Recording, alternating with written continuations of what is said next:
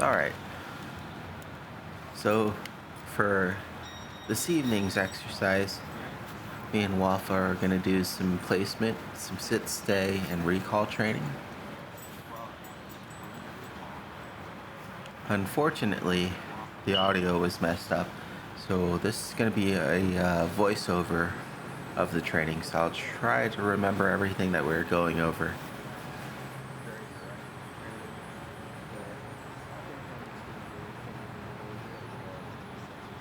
So this is actually good because the gentleman in the background also has a pity that he has in the back of his pickup truck, which will serve kind of as our first distraction. Okay. Just trying to get him to settle in and focus on me as he's sitting down. Good. And then releasing. So a lot of times when people practice sit and stay, the main thing that you actually have to focus on is the release part, especially for pups that don't understand why they're sitting and staying, or until what's going on, or those that get distracted. Giving them something to focus on, like the release, actually really helps. Not only with discipline, but it actually gives them something to do instead of just asking them to sit there and wait. So in essence, we're asking them to sit there and wait until they hear that release command. And here, all I'm doing is combining that release command with his name and then come. Just because I still also want to work on his name recognition, so he is faster and it has more value.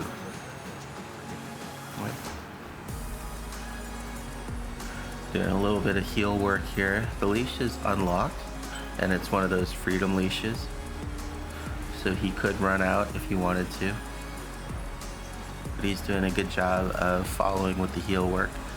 Here we're practicing sit and stay the opposite way, right? The way that I kind of have the course laid out in a straight line makes it easy to have him place on the mat, sit and stay, and then I kind of use the cones as little markers for distance as well as duration. See if I can get all the way to the last set of cones and him still staying before the release. But it also works well going the opposite way. Him starting off with the cones on the other side, and then me going to the placement mat and recalling him to there. This part right here, we are actually working with longer lasting chew treats. They're not the longest lasting, but these are sweet potato wrapped, I think, freeze chicken jerky. So chicken jerky wrapped around sweet potato.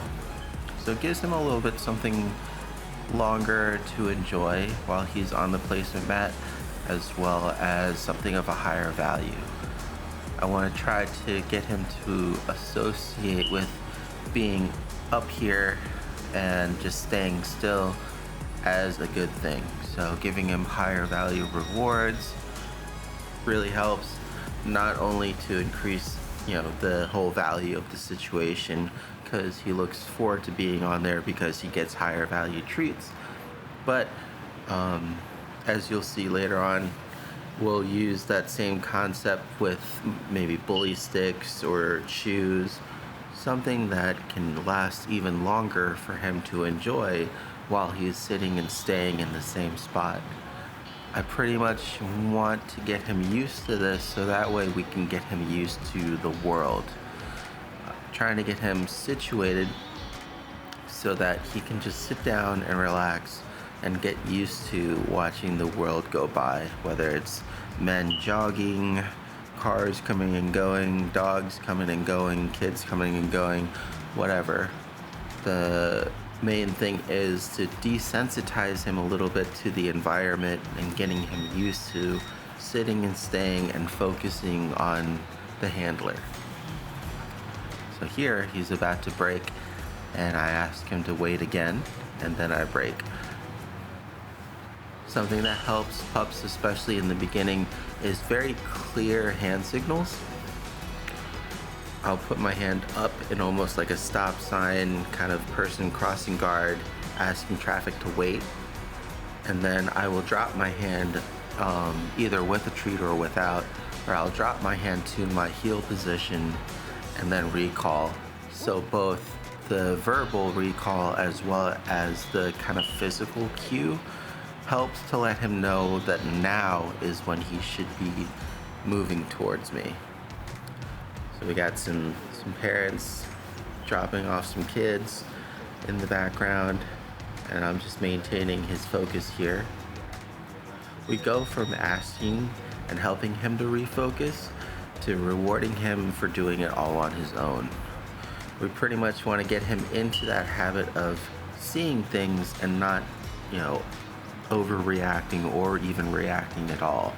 We don't want to punish him for seeing things and forcing him to refocus like some training methods, because I want him to get used to an environment. I don't want him to feel punished for just not paying attention to me.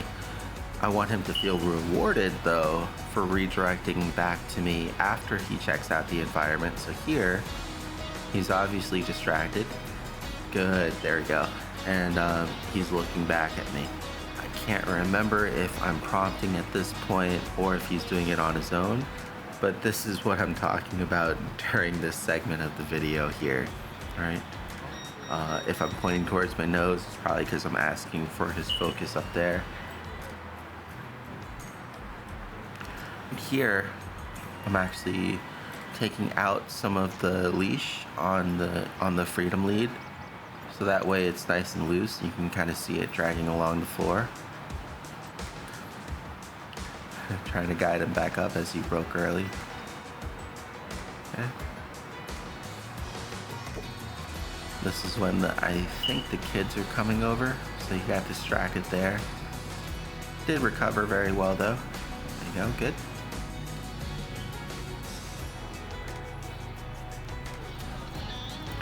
And here, because I believe the children are coming over, I'm gonna go ahead and wind up that extra lead in case I need extra control of him.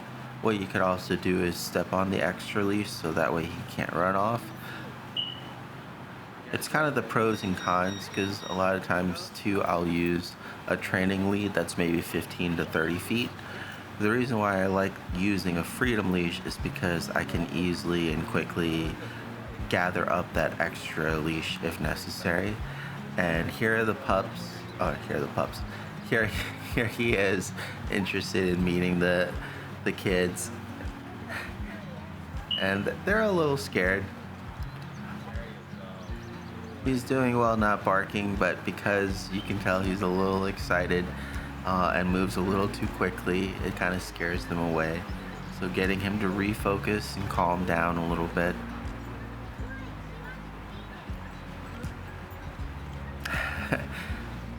Talking with the little ones.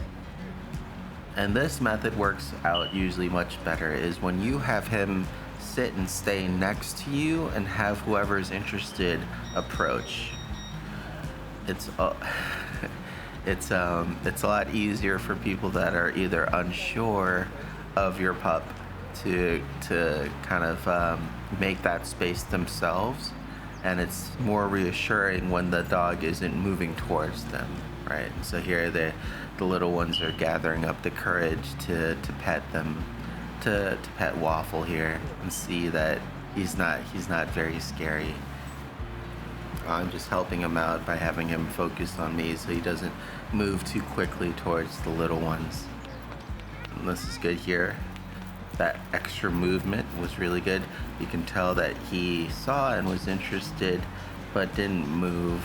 I used an extra longer chew treat here to help keep him occupied.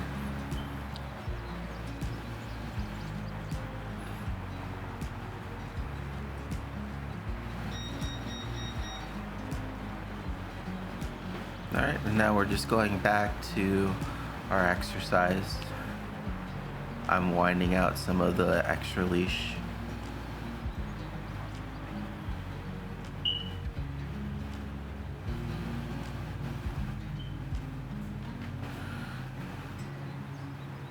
Here it kind of tucks back in.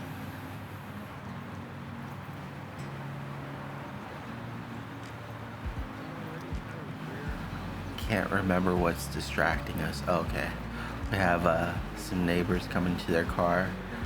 He's doing a good job here, staying still. He sees them, but he's able to redirect back to me, and now we're back onto a heel. So giving him something active to do really helps sometimes with, instead of telling him what not to do, like instead of don't bark at those people, don't pay attention to them. What we're doing here is just having him pay attention to me. Hey, follow me. Hey, place. Focus, stay. You know, and all those things help to get and maintain his focus. So that way we're not just telling him what not to do, but instead giving him something proactively to do.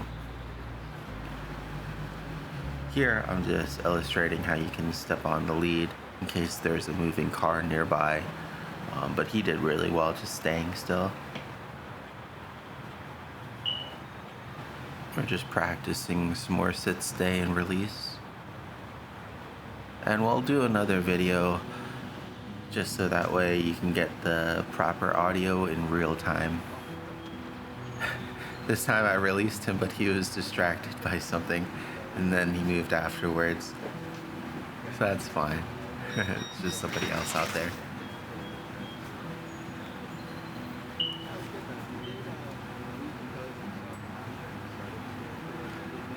This is something that you'll have to be mindful of when you're working either with a training lead or a longer leash, is to make sure that you don't get yourself or him tangled up in everything.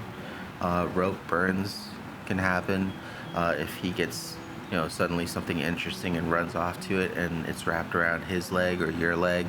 So it's just, you have to be very careful when you're working with whatever tools that you are. It's whenever you kind of let your guard down and you're not paying attention is when most incidents will occur. Alright, so you got everything situated, just practicing sit, stay. Here it's good because he's a little bit distracted with the environment, but he's not trying to just move back to me, which is good. He released on command, which is really good. And then following back. He was interested in the lady that was walking behind us here too, but he did a really good job of maintaining focus and following a heel. You can tell here pretty easily that the leash is nice and loose. This is the only time where having a freedom leash can be difficult because it always eats up the tension, so it always seems tight. So that's why sometimes I like to pull on it back and forth or just reiterate that it's not locked or anything and there's no tension on the leash. Whereas here, because we've kind of unwound it and it's dragging along, it's very clear and easy to see that there's no tension here. He's maintaining focus and we're working on kind of just stop and goes. I want him to just pay close enough attention to me that when I start, he starts, and when I stop, he stops. It's a really good exercise for focus and discipline, especially since you kind of saw there the lady was walking around behind the camera, and that's why he was looking that way for a moment. And back to the place, sit, stay.